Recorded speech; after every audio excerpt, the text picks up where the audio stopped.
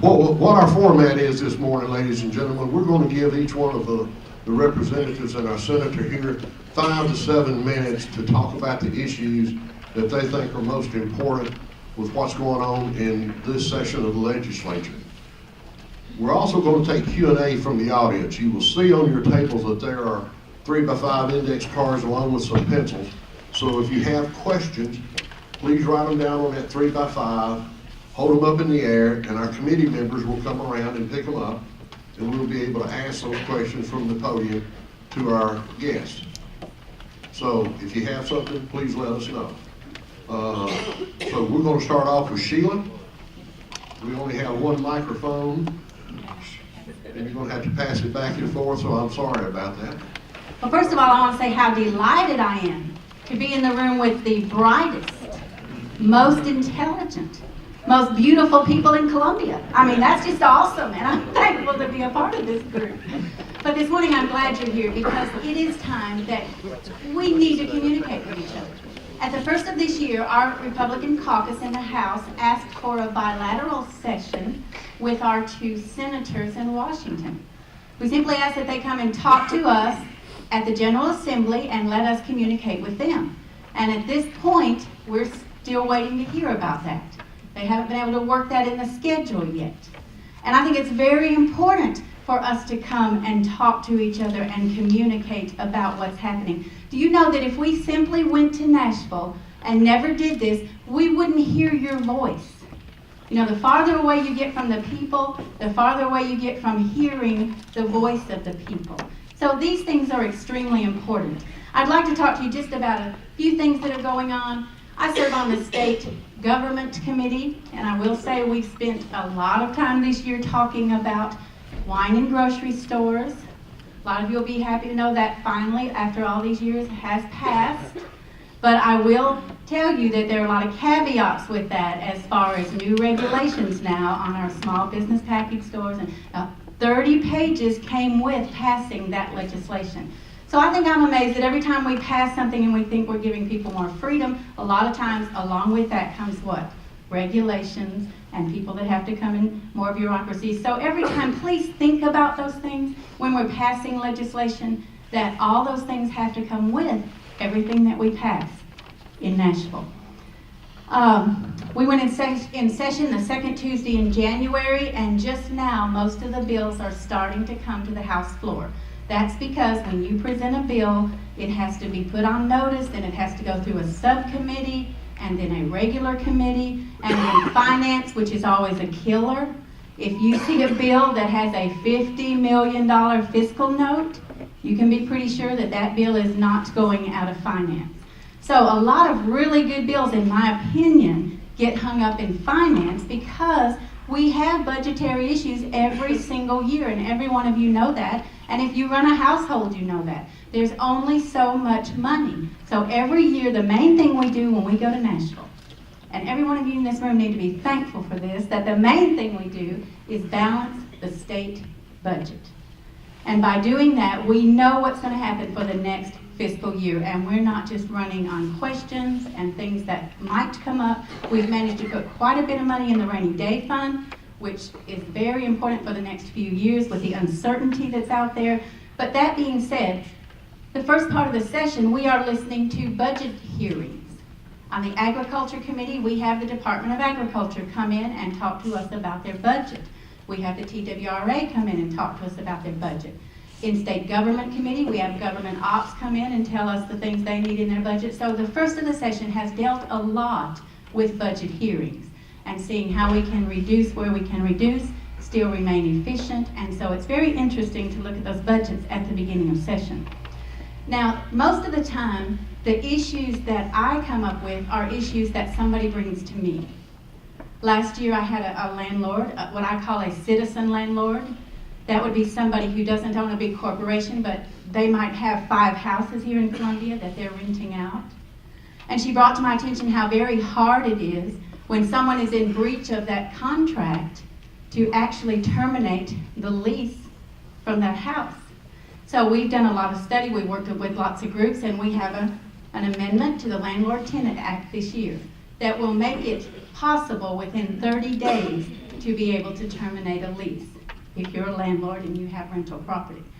Most of the things that I deal with come to me that way. Another thing that happened this year, this past summer, a lady wanted to meet with me and she said, Sheila, my child is not learning cursive writing. She said, there are writing on the board at school, the teacher's writing the assignments, and my child can't read them. And the teacher said, well, I write in cursive, you're going to have to learn to read it. So it was brought to my attention that across the state of Tennessee, we have school systems who are teaching cursive writing and school systems who are not. So, I mean, these are children who would young people who would never be able to read a foundational document. They would never actually be able to look at a constitution and read it for themselves. They probably couldn't read a letter from their grandmother to their grandfather. And it just seems to me that I know that I'm a Bible student, and when I really wanted to know what the Bible said, I studied Greek. And it's important, if you want to be educated, to be able to read those documents. So that was important to me. That's something else that I'm working on. Education is a very hot issue this year. Of course, we took the race to the top money. Now we're having to deal with it. Because when you take the money, you take the mandates. So we have a lot of parents who are not happy with Common Core, a lot of people who love Common Core. So we're really working toward the best way to educate Tennessee students with Tennessee values and work within that system. There's a PARCC testing coming up. I personally went on the website and took a PARCC test that our children will be taking in our schools. If you don't know how to use Facebook very well, you're going to have a hard time with the PARCC test. I got in there the third grade test, I'm reading the story, and the story's only halfway there, and I thought, well, where's the rest of the story? And then it dawned on me that if I'm trying to find my messages from friends on Facebook, I got to find this little line and scroll down. So I went and found the little line, scrolled down, so I could read the rest of the story. Then you go to the side, and it says, drop and drag anything in the story that has to do with climate in the box.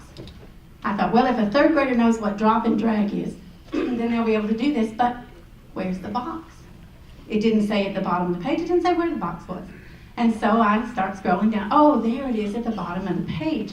But I'm extremely concerned that our young people who are in third grade, beginning to start having to take those tests, is going to be extremely difficult.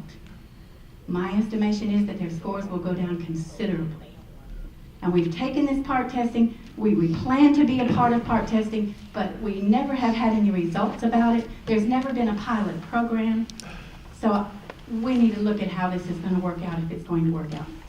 I know I'm about to use up my time. Three amendments are going to be on the ballot this year on which you all will be voting. Those amendments are SJR 127, that will be the first amendment. That amendment will simply say that Tennessee, there was a case several years ago that said Tennessee's Constitution was more liberal on abortion than the federal Constitution. So Tennessee has become an abortion destination where people are coming to the state of Tennessee over a weekend, having an abortion. The doctors were leaving the state. So 2 years ago, we passed a law that at least said if a doctor is performing an abortion in Tennessee, that he had to have practicing privileges within an hour, at a hospital within an hour of where he performed the abortion. Because people were just coming here, having an abortion in a hotel room and leaving. So these are things that we're going to address, but you will be able to vote on SJR 127 to say that Tennesseans will decide how Tennessee and abortions are practiced in the state of Tennessee. Hugely important. I beg you to look at that issue, especially if you're an extremely pro-life person. We will have people down here saying we are taking away women's health, and that is absolutely not the truth. We're trying to make it safe for women, so I want you to absolutely think seriously about that. The second amendment will be the judicial selections system that you'll be voting on. Right, our Constitution says that our judges are supposed to be elected, but right now we are having the Supreme Court choose our judges, and then they are being held in retention elections. This amendment would say that the governor would choose the Supreme Court judges and the appeals court judges, that the General Assembly would have to confirm those judges, and then they would be retained in a retention election. So that's another thing that will be on the ballot for you all to decide. And then there is an amendment number 3, which says that there will never be a state income tax in Tennessee. And I think every one of us would be amenable to that amendment. That is certainly something that makes Tennessee very, very attractive for people to move to this state. So all of those amendments need to pass by, however many people vote in the election for governor, this has to pass by a majority of those people. If 800,000 people vote for governor, then 400,001 people need to vote for one of these amendments to pass. So I hope that's helpful, and I just want you to know what you'll be facing in the next year, too, on those amendments. Thank you very much. I'm glad to be here. Thank you for inviting us. You know, after Sheila talked about the park test, I'm sitting here thinking they ought to make legislators take it before they vote on it, right? I don't know if I could pass it either. I suspect half the legislature probably couldn't pass the park test. You know, this is a good example of things that get put into law, and a lot of times we, the lawmakers, really don't have any idea exactly what it does. And I've heard a lot of complaints from educators, public educators particularly, about the park test. And I suspect that there will be some issues that come up this time that deal with some of these issues. I've put a little handout on all your tables. If you didn't get one, just look in the center. And these are just, I just kind of went through some of the issues that have kind of caught a lot of attention in the last couple of weeks, particularly in the paper. And I thought I'd just put them on here. I could talk about all these, but I think what I'll do is I'll talk about where I am as far as what I see every day and the things that are going on in the particular committees that I serve on. I'm on the health committee, which right now we're dealing with pseudoephedrine issue, and we'll talk about that. We're dealing with a lot of insurance issues. Ben Sanders and all the Farm Bureau people are regular. You have like a door pass to get into my office, I think. But I'm on the insurance and banking committee also, which deals with a lot of insurance issues. And I find it a pleasure to work, number one, with all the insurance people of Tennessee, and in particular with Farm Bureau, who I'm a member of and have long had insurance through their company. It's a lot of these issues are really tough issues for not only for the industry but also for the legislators, because you hear both sides of the issue, and you have to kind of make a decision about where things fall. And a lot of issues that we're talking about this year are issues that can be seen as a mandate to insurance coverage. And I'll give you an example of one we had yesterday at one of the committees I'm on. And it's to require or to allow health insurance to pay the services of telehealth. Now, I don't know if anybody here is from the hospital or some of the medical systems, but I can tell you telehealth is now a thing of the future. And I don't know, Joey down there in Cornwall, if you've got telehealth or not, but I can tell you in Hickman County, where we have a little pharmacy down in the rural medical clinic, they have a telehealth portal. And one day I got to go back and watch its application. They had a little boy who had a terrible scratch on his eye. And we didn't have an ophthalmologist at the clinic there. All we had was nurse practitioners. And so the nurse practitioner was able to have the child sit there, and they used a little, the camera part of the telehealth to show an ophthalmologist at Vanderbilt the injury and ask him whether he felt like, as a professional, that child needed to be seen further at either their clinic, the emergency room, or whatever. And the doctor told the practitioner that he felt like it was just a scratch, that it really didn't need any further attention. And he told her what eye drops to give him and told him what else to do. And I got to see kind of how telehealth can really save, I think, not only insurance companies, but providers money. I mean, think about this. If this child had not have had that opportunity to be seen by a professional, he would have had to have been taken by his parents to the Vanderbilt emergency room. A doctor would have had to come in. The insurance company would have had to pay the visit to the emergency room, and then of course, the parents would have to take a day off of work and take him to the hospital. So this is something that's in our future, and I think we're going to find that it's will be used more and more as time goes by, particularly in rural areas, which is where we are. You know, I know you have a great medical system here. You have good clinics. You have a lot of physicians here. But in rural Hickman County that I also represent, they don't have a lot. And so for them to be able to utilize the telehealth thing is really important. The other thing I have on here is to talk a little bit about, and we'll talk probably in general terms, about Tennessee Promise. And I want to tell you how proud I am of representing part of Maury County where Columbia State is that Columbia State's campus is going to be expanded. I think it's going to be great for the campus. It's going to be wonderful for Williamson County to have this big addition to their campus. And the Tennessee Promise program is going to really revolutionize higher education. It's going to, for the first time, actually offer kids money to go to a community college. Now, I'll tell you, all of you probably are like me. You're old enough to remember when we voted for the lottery. And whether you supported it or not, the lottery scholarship over the years has done a great job in Tennessee to provide educational opportunities for people to go to college. And we parents that have had our children able to go to college on the lottery scholarship have benefited from it. What the governor's proposing is even going to be even better, because now kids are going to be able to, or graduates are going to be able to go, if they choose to a community college free for 2 years. Now, the downside of it is that they're going to reduce the amount of money available for the graduates who go to higher education, to a 4-year institution. And they're going to utilize some of the lottery reserve, about $150 million of it, to pay for this. And time will tell whether this is a good program or just one that allows certain graduates to get an education at a community college level. But I'll tell you what I have seen from the lottery issue. A lot of people that graduate from high school that have a good enough average to get the lottery scholarship end up going to a 4-year institution and not doing well. They go and they don't study as hard as they should, or maybe the coursework is a little tougher than what they want to take. And what happens is they fail out. And so in a way, we haven't wasted the lottery money, but they have utilized lottery money that could have been used in a better way.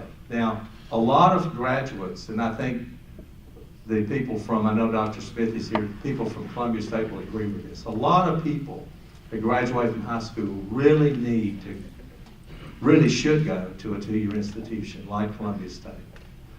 Walter State is a good example of it in East Tennessee, because it gives them the opportunity to get the coursework, the basics that maybe they lack, and then when they go on to a 4-year institution, they're much better prepared to go ahead and go through the other 2 years and get their degree and maybe go further. So you'll hear a lot more about the Tennessee Promise. I suspect we're going to talk about that a lot. Common Core, Sheila's already talked about. I'm not on education issue, the committee, so I'll only see that probably when it comes to the floor, and also vouchers, which is hotly contested and talked about. And again, I'm not on the education committee, and I'm probably going to hear that on the floor. Pseudo-federal. I do have a bill. The governor's got a bill. Dr. Hensley may have a bill. There's about 6 bills. They're all to do different things. And I'm just going to take a minute. I'm a pharmacist. I've been practicing 40 years. My wife and I have some independent pharmacies in Hickman and Dixon. I've always been against prescription only for pseudoephedrine.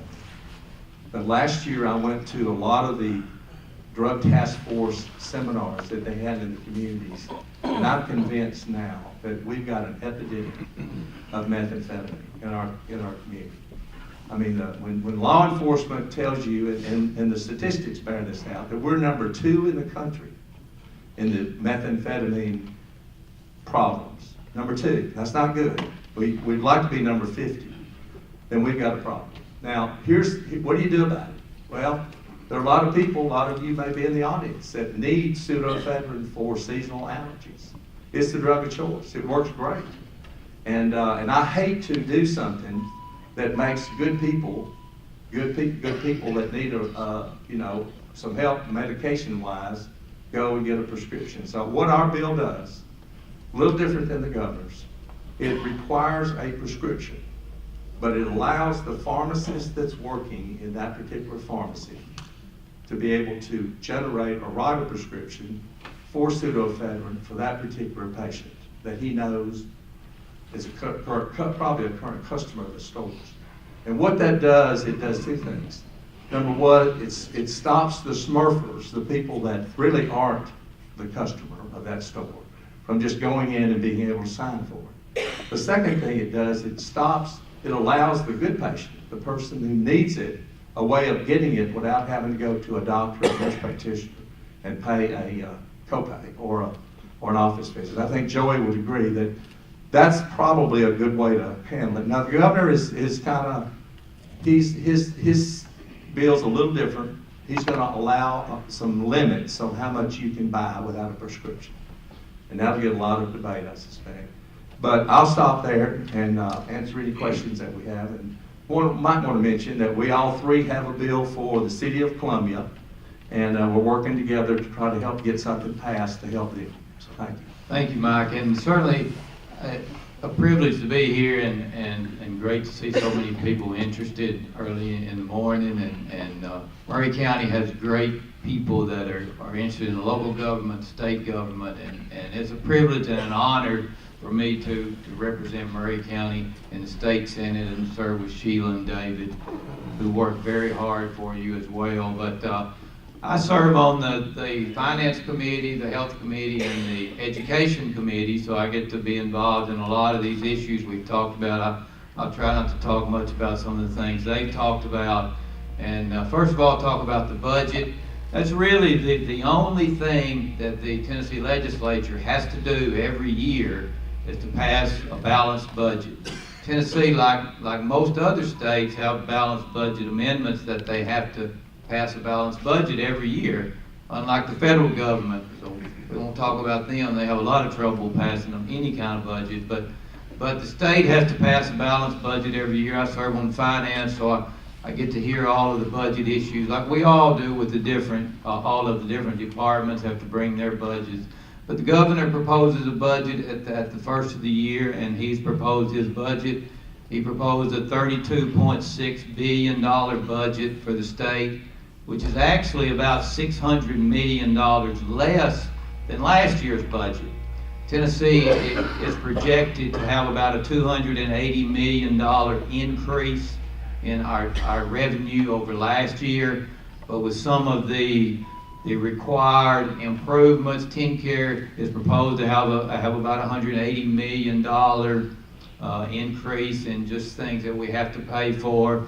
Education has some increases just for us to fully fund our BEP program. Takes so much money. The governor has proposed several other education issues. So many of the departments have cut their budgets. He asked each department to cut their budget 5%. So we are dealing with some difficult issues about funding. But at the end of the day, we'll pass a balanced budget, whatever that takes. And generally, after we pass the budget, that's when the legislature ends and we go home. But $32 billion budget for the state. Much of that is state money, much of that's federal money. We have a lot of, just like TennCare program itself, takes up about $9 billion. So TennCare is about a third of our state budget. $32 billion, about $9 billion is TennCare, out of which about 2/3 of that is federal money. And then the state has to pay about a third of our regular TennCare program. Of course, there is this issue with the expanded Medicaid that we hear, and some of the states have expanded Medicaid. Some of the states, Tennessee being one of those, that has not expanded Medicaid. What that means is the federal government would allow us to include other people that are not able to qualify for the TennCare program. The federal government would pay all of that for the first 3 years, and then we would have to start paying some of that down to paying 10% up several years from now. So even if we expanded Medicaid, that population, which would include people up to 138% of poverty, which are not included in the TennCare program now, which is probably 200,000 people in Tennessee that would be included in that population. Our governor's working, which I agree with him that we do need to get some concessions if we do expand Medicaid. Right now, the federal government tells us about TennCare coverage. We really don't have a big chance to require much of TennCare patients, and the governor wants to be able to put co-pays, put some regular insurance requirements on this population if we did expand it. So far, the federal government has not allowed us to do that. So we're still working on that. we have legislation in the Senate and the House that would require legislative approval before we do expand Medicaid. Right now, TennCare is controlled by the governor, and he kind of does what he wants to do with the TennCare director, and really doesn't have to be approved by the legislature, even though we do have to approve their budget. But we don't just approve all of the changes they've made. I do serve as we have a TennCare subcommittee in the health committee, and I serve as chairman of that. We've already had some meetings during the summer looking at a payment reform proposal, and some of the medical people here may know what I'm talking about. They're proposing changing the way they pay some of the providers. We looked at the long-term care because they've changed some of the ways they approve patients to go to nursing homes, and some of you may have heard about some of the problems with that. We've looked at some of those issues, and I also serve as chairman of the higher education subcommittee on the education committee. And we're looking at higher education issues. They've mentioned some of the Tennessee Promise, that one of the governor's proposals, he has proposed the free education, for the free community college for any graduate from any of our high schools in Tennessee. I still have some issues with that. That would certainly benefit our school here, and I'd just like to add, I'm a proud graduate of Columbia State. I was honored to be one of their top 40 alumni for the first 40 years, and it's good to see Dr. Smith here, and they do a great job. The governor has put in his budget $36 million for a expansion of the Columbia State campus in Williamson County, so that was a big thing. The governor did put that in the budget. But that would help more people go to community colleges. I've always been a big advocate trying to get more people to start out at community college and then go on further. I think that would benefit many students. A lot of times we see them go to four-year schools, go for a year or two and drop out, because it's very difficult when they could go to a community college, especially people in this area. We have a great college here, but this Tennessee Promise would increase the amount of lottery money people get going to a community college. Now they get $2,000 a year. It would increase it to $3,000 a year, plus the people going free. So even the ones now that receive the Hope Scholarship, it would be increased from $2,000 to $3,000 for the first year. And then, but people going to four-year schools, they would have their lottery amounts decrease the first year from $4,000 to $3,000. So there's a lot of issues, and the governor proposed that. Well, we don't know if that's all going to pass like he proposed. It's certainly a good idea. I have a little concern about every graduate from high school being ready to go to community college. I'd certainly like to see a lot of them go to vocational school, which many of them can go now with the Wilder Nafee Scholarship.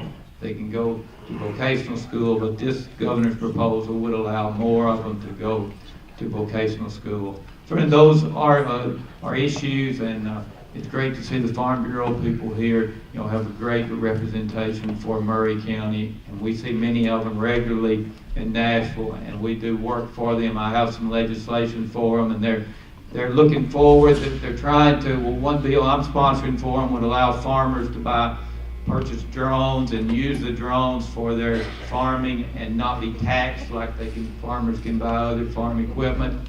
And the wisdom of the legislature, they put $1 million fiscal note on something that's not even taxed right now, but so that shows the difficulty we have sometimes passing legislation. But there's a lot of other issues, the pseudoephedrine vouchers, ARC testing, Common Core. We're actually just next week looking at many of the Common Core bills and the park testing legislation. We've got on the calendar. We've been listening to budgets over the last few weeks, and really next week in the Education Committee, we're really starting to look at the legislation. We have a lot of education bills. People try to change the education every year and do good things many times, but there's a lot of bills. We'll start looking at those next week. But many things coming up, and once again, I'm honored to be here and glad to answer any questions, and proud to represent Maury County. Thank you. January the 22nd of this year, a bill was introduced to grant local legislative bodies to be able to line item veto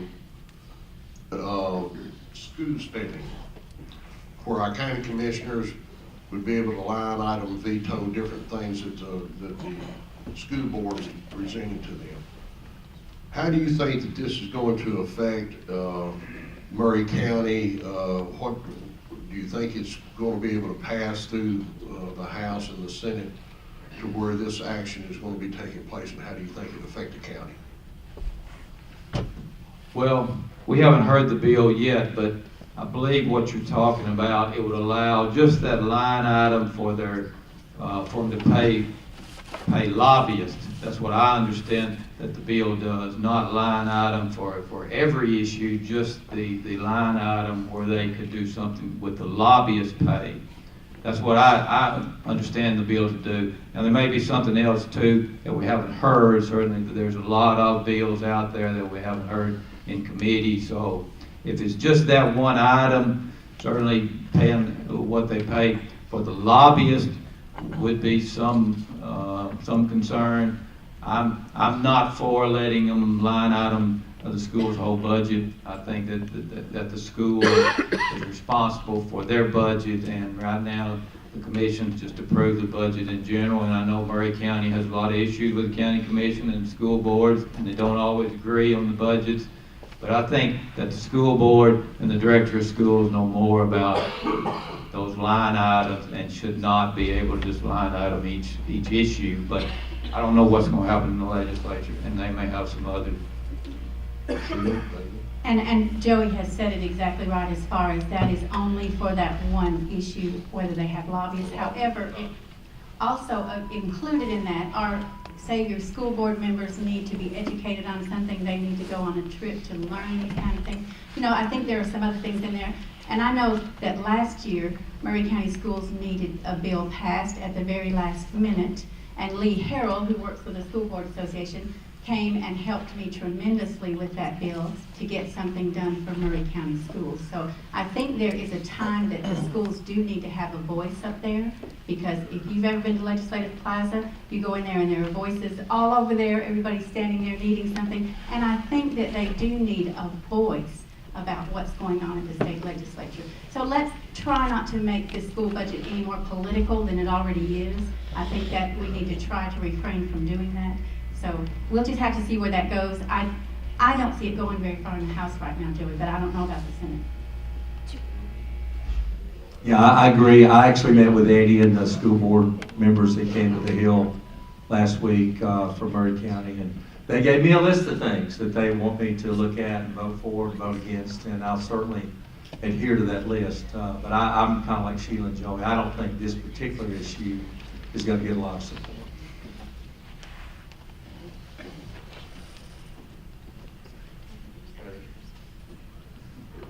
Let's maybe get a little bit closer to home here.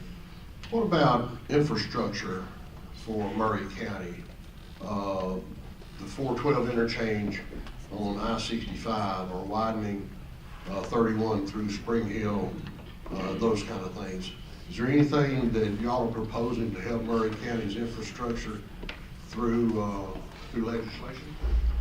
Well, not through legislation, I don't think, but certainly funding the highway department and their long-range plans for the county, and certainly I support strongly highway funding, because that is the way that we do help to get the industry in this area certainly grow in Spring Hill, and trying to we support that, and many times funding for the highway projects is not so much legislation as it is working with the department and the commissioner of transportation to get the money in the budget. So that is the difficult issues many times, getting the money in the budget, and it's really not taking legislation. We really don't have much legislation that requires a highway to be widened or funded, because we just have to get that money into the budget. So we work through the finance departments and with the governor, and highway money is less than we used to receive. We're receiving less federal money, and a lot of the money that we receive now to fund highways, whether it's maintenance or whether it's widening highways, and the highway department's always trying to put the money in the budget and get these things done. People that go from here to Nashville every day see the expansion on 65, and I travel that way every day and get caught in the traffic every morning. But that's a big project that will help Maury County, but certainly the projects in Spring Hill and the 412 interchange is important. And we are working with the Commissioner of Transportation, trying to make sure that money is in the budget. And let me also say that sometimes things come up as far as our Northfield building out here, when we were told we could buy the Northfield building. Well, by the end of the time, it became very close that we had to have an entrance to that Northfield building before we could finish obtaining and acquiring the building for Maury County. So, you know, sometimes you have to go right to the Department of Transportation and say, we need this in 6 months, or we could lose this. So I have to say that TDOT came down here, and that may be the quickest entrance they've ever built to a building, so that we could have that building here in Maury County, and it would help the entire region. So sometimes some of these projects have to come on that kind of a basis. The number one thing they look at is safety. That's their number one thing that they look at. Our 43 out here, in the past 5 years, we've had 3 or 4 teenagers die at that intersection in Mount Pleasant. That is extremely important to me. And I've been to TDOT, and that whole section is going to have an entire makeover. There's going to be an exchange there. It's going to have an entire makeover. So the first thing we have to look at is safety. And something Joey mentioned, our gasoline tax in Tennessee pays for our highways. Now, with all these mandates that cars have to use less gas, what happens to the money for our roads and our highways? So TDOT is even going to have to look at other ways to finance our infrastructure in Tennessee. We may have to go to something like not how much gas you buy, but how many miles you drive. There has to be a way to make that equal for people who are using the roads. I know the I-65 interchange is still being looked at. They've done the environmental studies. There are things going on all around. It just takes time, and I'm proud that Tennessee pays for our roads. We don't owe a dime on our infrastructure in Tennessee, so we need to be patient with that, but certainly they constantly tell me that safety is the number one thing. Now, when you talk, you might talk to the city of Spring Hill about our 31 issue here, but and you've read in the paper, there are other people involved. Thompson Station's involved, and they have a lot of entities who have to get together to make a decision on where they want to go with that. So although sometimes it sounds easy, it's a little bit harder sometimes to get those things done. But anytime there's a safety issue, we can go straight to TDOT and say, look, we need to have this done. So they work very hard with us. I think they're trying very hard in our state to do efficiently with what they have. I'll just agree with Sheila and Joey. I will say this, we're fast approaching the time that we're going to have to make some hard decisions about how we do fund our roads. And I think particularly in rural areas like Maury and Dixon and Hickman, and Joey's got Lewis and Giles and a couple other rural counties down there, roads are jobs. And you know, the governor chose not to do years ago 840 North, and he said that he was going to, this is Bredesen, he said he was going to expand all the current state highways. Well, he hadn't done that in my district yet, and obviously he's not in office anymore, but if that's the philosophy of TDOT, is to expand the state highway system, they need to start.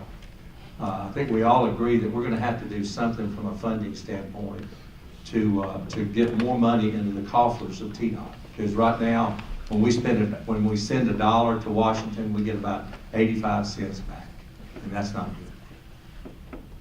Thank you. Thank you. Is this working? Daylight savings time.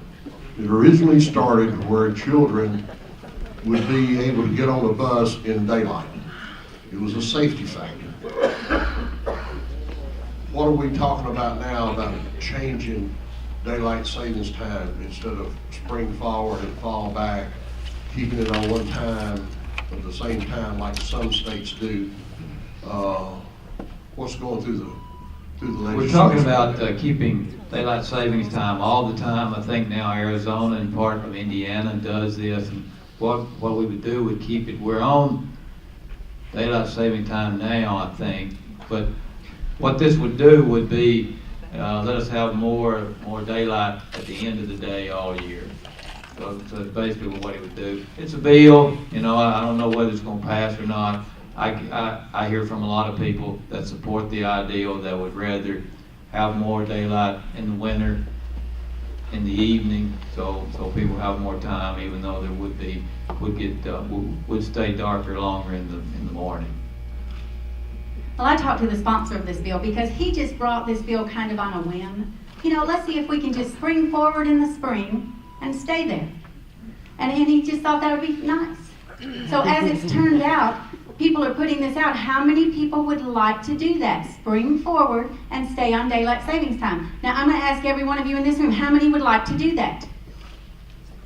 Now, be honest, who wants that extra hour in the afternoon? Because I'm polling 65% of people that would like to go to daylight savings time and stay there. So across the state, you have all kind of, for one thing, people don't even really like the idea that we change time so often. You know, studies have shown that people have more heart attacks every time you change the time. There are people who are not real flexible, and so they don't want to change the time. So there are just lots of people who want daylight savings time, and I mentioned it to Eddie Hickman and the school board. I said, well, it would be an hour later in the morning. So at 6 o'clock this morning, it would be 7. It still would have been a little dark, and my concern would be about the children waiting at the bus stop. That being said, Eddie said, well, we could start school an hour later. Okay, I'm good with that too. So however we would want to do that, but I'm polling right now 65% of people totally in favor of daylight savings time. So I don't know that it will pass this year, but I do know there's a very good possibility it would be on the ballot as a referendum for you to choose. So that's where we are. I'd just like to say, I wouldn't support it unless the school system felt like it was the right thing to do for our kids. I mean, I understand, and every year we have the argument about, well, we need to start school earlier or later. Later in order to save energy costs because you're still cooling sometimes the school system in August. So they say, well, maybe we ought to start at the end of August, 1st of September. So there'll always be changes, I guess, requested for, if it's child safety, I'm all for it. If it's child comfort, I'm all for it. But polling, if it turns up it polls good, then we'll have to do it.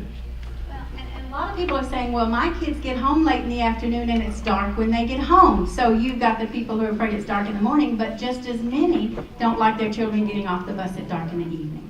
So it's one of those things that you realize that we all will just have to make a decision. Thank you. We got another question here concerning the schools. There's a discussion with the textbooks and the adoption of certain textbooks. What have y'all been hearing in the state legislature about having parents or school boards, those kind of things, picking textbooks? We've been hearing lots about it, and we actually had a committee hearing earlier in the year looking at the textbooks. And what happens now is there's a state textbook selection committee. They look at the textbooks and then give options to the local schools to choose from a list of textbooks.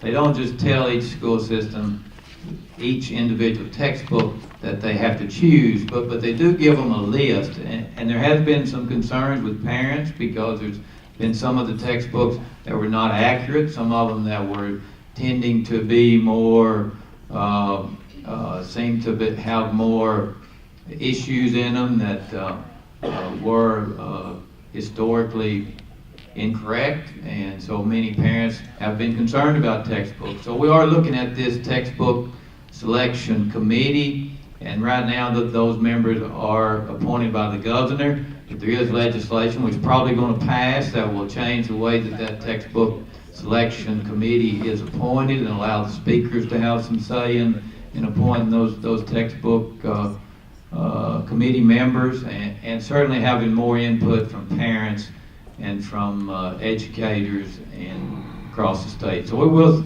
see some changes in that.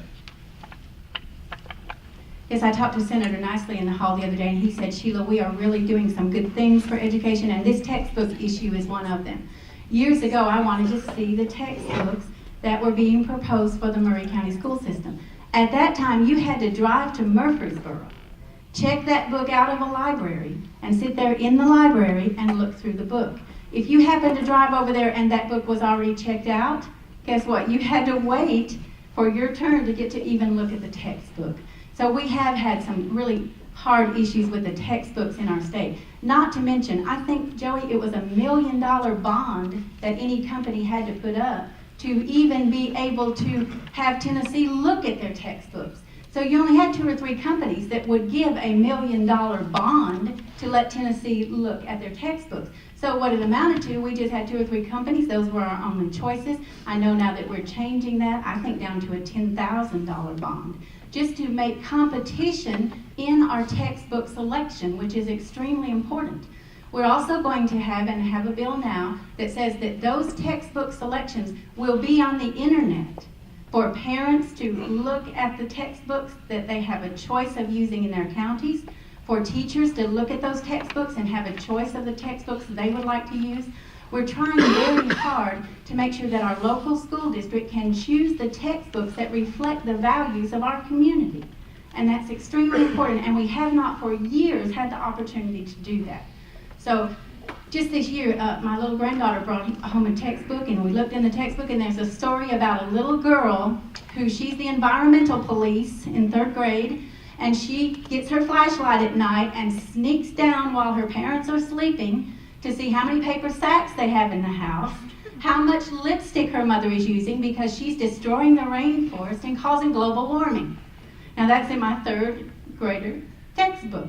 You know, so we're going to have this out here where parents can look at the textbook, teachers and school systems can look at the textbook and make the decisions, and we're going to have a much broader array of textbooks for our districts to choose from. Oh, okay. We do have one more because we're almost running out of time here. We had a question from the audience here. When does the income tax on earned interest and dividends end? Like your... Like the hall tax, yes. The hall tax, yes. Well, we've actually increased the exemption levels on that, so people do get more income exempted that they don't have to pay tax on. But I certainly support doing away with it totally, because Tennessee does have a state income tax, and that's a home dividends and interest that you receive. But the problem is that is a funding source for the state, and we do have to find some way that we can replace that money. But we are trying to increase it, those exemption levels every year, and I think everybody in the legislature would love to see that done away with totally, and we are working on trying to replace the money as we go. I actually have a bill filed to do away with the hall income tax. I have it filed right now, and I'm being descended on regularly because a lot of that income goes to your local government. I think that would take about $8 million out of Williamson County's local government. So with every one of these things that we decide to pass, there are going to be consequences. I certainly am going to do everything in my power in the next few years to see that if I am lucky enough to be there, and would appreciate your support for that. But I think that we do need to do away with that. I even question the constitutionality of having a hall income tax if we're going to pass a constitutional amendment that says we don't have an income tax in the state of Tennessee. So I think that's a question we'll have to consider. Well, we're eventually going to reach the point, I think, as a state, that we're going to have to really look at all of our taxes. And I can tell you, you know, I'm the only one of us 3 who actually has voted against the income tax in 2002 when I was a member. And that's probably one of the reasons why I've been able to get reelected, is because I did stand up and I voted against the income tax under a lot of pressure.